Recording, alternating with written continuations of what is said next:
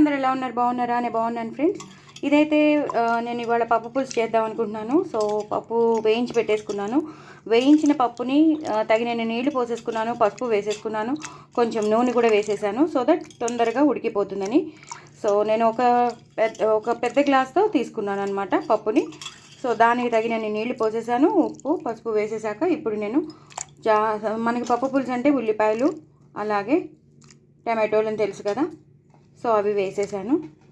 అలాగే ఎక్కువ పచ్చిమిరపకాయలు వేసి చేసుకుంటాం కాబట్టి ఎక్కువ పచ్చిమిరపకాయలు వేసి చేసేసాను. ఇప్పుడు దీన్ని ఉడకబెట్టేసుకోవడానికి పెట్టేస్తాను. ఇది ఉడికిపోయాక పోపు వేసేటప్పుడు చూపిస్తాను. కొంచెం కారం కూడా వేసుకోవాలి, అప్పుడు బాగుంటుంది. కొంచెం కారం వేసుకుంటాను, మళ్ళీ పోపులో ఎలాగో వేస్తాను కాబట్టి కొంచెం కారం వేసి ఉడకబెట్టేసుకుంటాను. నెక్స్ట్ ప్రొసీజర్ చింతపండు పిండేసుకుని పోపు పెట్టేసుకోవడమే. పోపు పెట్టేసేటప్పుడు మిక్సీ పప్పు పులుసులోకి నేను మిక్సీ తీసి పెట్టుకున్నాను. మిక్సీలో నేను జీలకర్ర వేసాను, మెంతులు వేసాను, అలాగే ఎండుమిరపకాయలు వేసుకున్నాను, మిరియాలు వేసుకున్నాను. ఇప్పుడు ధనియాలు వేసేస్తాను. అన్ని పచ్చివేనండి, ఇవన్నీ నేను కలిపి గ్రైండ్ చేసేసుకుంటాను. గ్రైండ్ చేసేసుకున్నాక ఇది ఒక పౌడర్ ఇలా తయారవుతుంది. ఈ పౌడర్ని మనం పప్పు పులుసులో వేసుకుంటాం అనమాట. అది చూపించడానికని ఇది మిక్సీ చేసేసుకున్నాక మీకు నెక్స్ట్ ప్రొసీజర్ చూపిస్తాను. చూసారు కదండి, పప్పు బాగా ఉడికిపోయింది. చూసారు కదా ఎంత బాగా ఉడికిందో. టమాటోలు కానీ ఉల్లిపాయలు కానీ పచ్చిమిరపకాయలు కానీ చక్కగా ఉడికిపోయి మంచిగా నేను మ్యాష్ చేసేసాను. ఈ కన్సిస్టెన్సీలో మ్యాష్ చేసేసాక మనకి బౌల్లోని నీళ్ళు వచ్చేస్తాయండి కుక్కర్లో పప్పు పులుసు కోసం. సో ఆ నీళ్ళు అసలు పడేద్దాం, ఆ నీళ్ళే మనం వాడేద్దాం. అందులోనే ఉల్లిపాయలు అన్నీ ఉంటాయి, అంతా ఉంటుంది కదా. సో ఇది కూడా వేసేసాను. ఇప్పుడు నేను తగినన్ని చింతపండు నీళ్లు పోసేసుకుంటాను. ఇప్పుడు నేను స్టవ్ మీద పెట్టేస్తానండి. సో మొత్తం ఇలా కలిపేసుకోవాలండి. కలిపేసుకుని ఇగో ఈ కన్సిస్టెన్సీలో ఉంటేనే పప్పు పులుసుకి అందం, చందం, ఆరోగ్యం అలాగే టేస్ట్ అంత బాగుంటుంది అనమాట. తర్వాత ఈ కలర్లోనే ఉండాలి, ఎల్లో కలర్లోనే ఉండాలి పప్పు పులుసు. ఎంత ఎల్లో కలర్లో ఉంటే అంత బాగుంటుంది కదా, మనకి తినాలని అనిపిస్తూ ఉంటుంది కదా. మరి సో ఇప్పుడు ఏం చేద్దాం, అన్నీ నేను మీకు చూపించాను కదా. చింతపండు నీళ్ళు వేయడం అలాగే పప్పు నీళ్ళు అన్నీ వేసేసాం కాబట్టి బాగా మ్యాష్ చేసేసుకున్నాను. నేను వేయించిన పప్పు అని చెప్పాను కదా ఇందాక.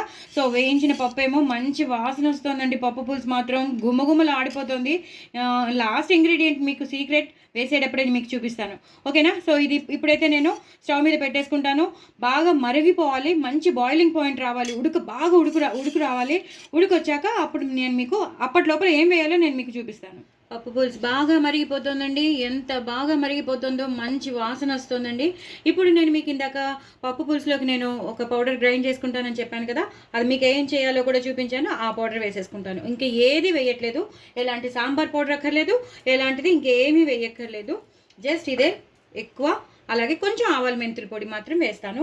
అది చాలా మంచి టేస్ట్ ఎన్హాన్స్ అవుతుంది. సో అందుకని వేస్తాను. వేసేసాను కదా, ఇప్పుడు నేను మొత్తం కలిపేసుకుంటానండి. మనం వేసిన జీలకర్ర, ధనియాలు, మిరియాల పొడి, ఆ మిరియాలు ఉన్నాయి కదండి, ఆ మిరియాల ములాంచి ఆ పప్పు పులుసుకి మంచి వాసన వచ్చేస్తుంది. అందులోనూ మనం ధనియాలు ఎక్కువ వేస్ట్ చేసాము, ఎండుమిరపకాయలు సూపర్బ్ ఉంటుంది పప్పు పులుసు మాత్రం. ఇలా ఒకసారి కలిపేసుకోవాలండి. ఉన్నది కూడా కొంచెం వేసేస్తాను. అలాగే ఇప్పుడు నేను ఉప్పు వేసేస్తున్నాను. దీనికి సరిపడా ఉప్పు వేసేసానండి, అది చాలా పెద్ద స్పూను. సో రుచికి తగినంత, కావాలంటే తక్కువ అయితే మనం మళ్ళీ యాడ్ చేసుకోవచ్చు, ఎక్కువైతే ఏం చేయలేం కాబట్టి. సో మేము తక్కువే తింటాం కాబట్టి మాకు సరిపోతుంది. మీకు రుచి తగినంత మీరు వేసేసుకోండి. ఇంకా ఎలాంటి కారం వేయొద్దండి.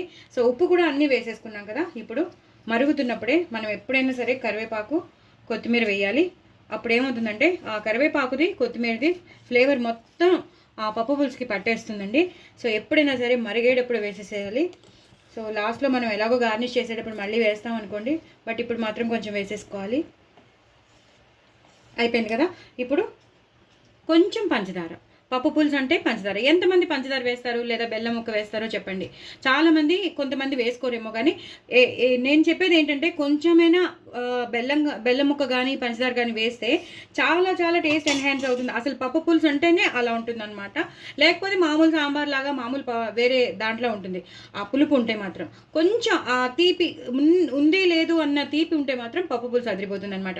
సో ఇప్పుడు ఇది బాగా మరిగిపోతుంది కదా, మనం పోపు వేసేసుకుంటానండి. సో పోపుకి రెడీ పెట్టేసుకుంటాను, ఒక నిమిషం. సో నేను పోపు రెడీ చేసి పెట్టేసుకున్నానండి. పోపు గరిటె తీసుకున్నాను, అందులో నూనె వేసుకున్నాను.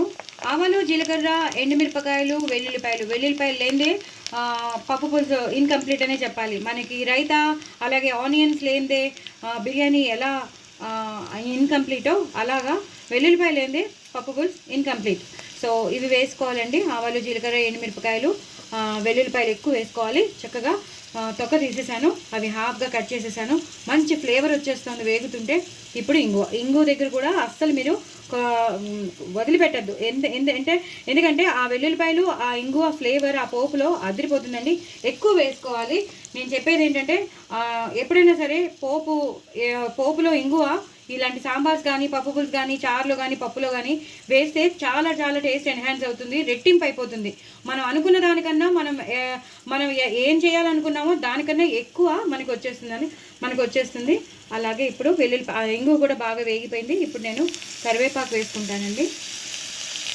అలాగే నేను ఎప్పుడు చెప్తాను కదా కొంచెం కారం వేసుకుంటానని, నేను కొంచెమే కారం వేస్తాను. ఎందుకంటే అది ఎల్లోగా ఉండాలి. నాకు పప్పు పులుసు ఎల్లో ఉంటేనే బాగుంటుంది కాబట్టి నేను ఎల్లోగా ఉండాలని చూస్తున్నాను.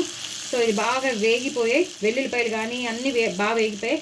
నెమ్మదిగా దీన్ని నేను ట్రాన్స్ఫర్ చేస్తాను ఇందులోకి. చాలా నెమ్మదిగా ట్రాన్స్ఫర్ చేసేస్తాను. చూసారు కదా పప్పు పులుసు అదిరిపోయింది, చాలా చాలా టేస్టీగా ఉంటుంది.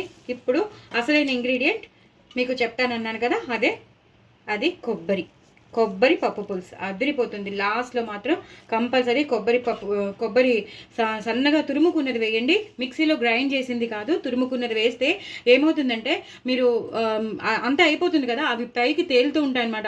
భలే ఉంటుందండి. చూస్తే మాత్రం మీరు చూసే మురిసిపోతారు. ఆ కొబ్బరి టేస్ట్ అంతా ఫ్లేవర్ అంతా పప్పు పులుసుకి పట్టేస్తుంది. సో నేను డిఫరెంట్ రెసిపీ మీకు చూపించాను, చాలా చాలా టేస్టీగా ఉంటుంది. ఇది నాస్టాల్జిక్. సో తప్పకుండా చూడండి, చేసుకోండి. ఇది పాతల అమ్మమ్మలు ఆ బామ్మలు అందరూ చేసేవాళ్ళు, చాలా టేస్టీగా ఉంటుంది. సో తప్పకుండా చేసుకోండి. లాస్ట్లో మాత్రం కరివేపాకు కొత్తిమీర గార్నిష్ చేసేసుకోవాలి. నేను చెప్పాను కదా, సో ఎంత కొబ్బరి వేస్తే అంత బాగుంటుంది. అలా వేసుకోవాలన్నమాట పప్పు పులుసు. అదిరిపోయిందండి. నా ఛానల్ మాత్రం మీరు సబ్స్క్రైబ్ చేసుకుంటారని అనుకుంటున్నాను. చేసుకోండి. లాంగ్ వీడియోస్ చూడండి, స్కిప్ చేయకుండా చూడండి, మొత్తం చూడండి. అంతే. వ్యూస్ పెంచండి, సబ్స్క్రైబర్స్ని పెంచండి. ఇంకేం అడగలేను. బాయ్ అండి.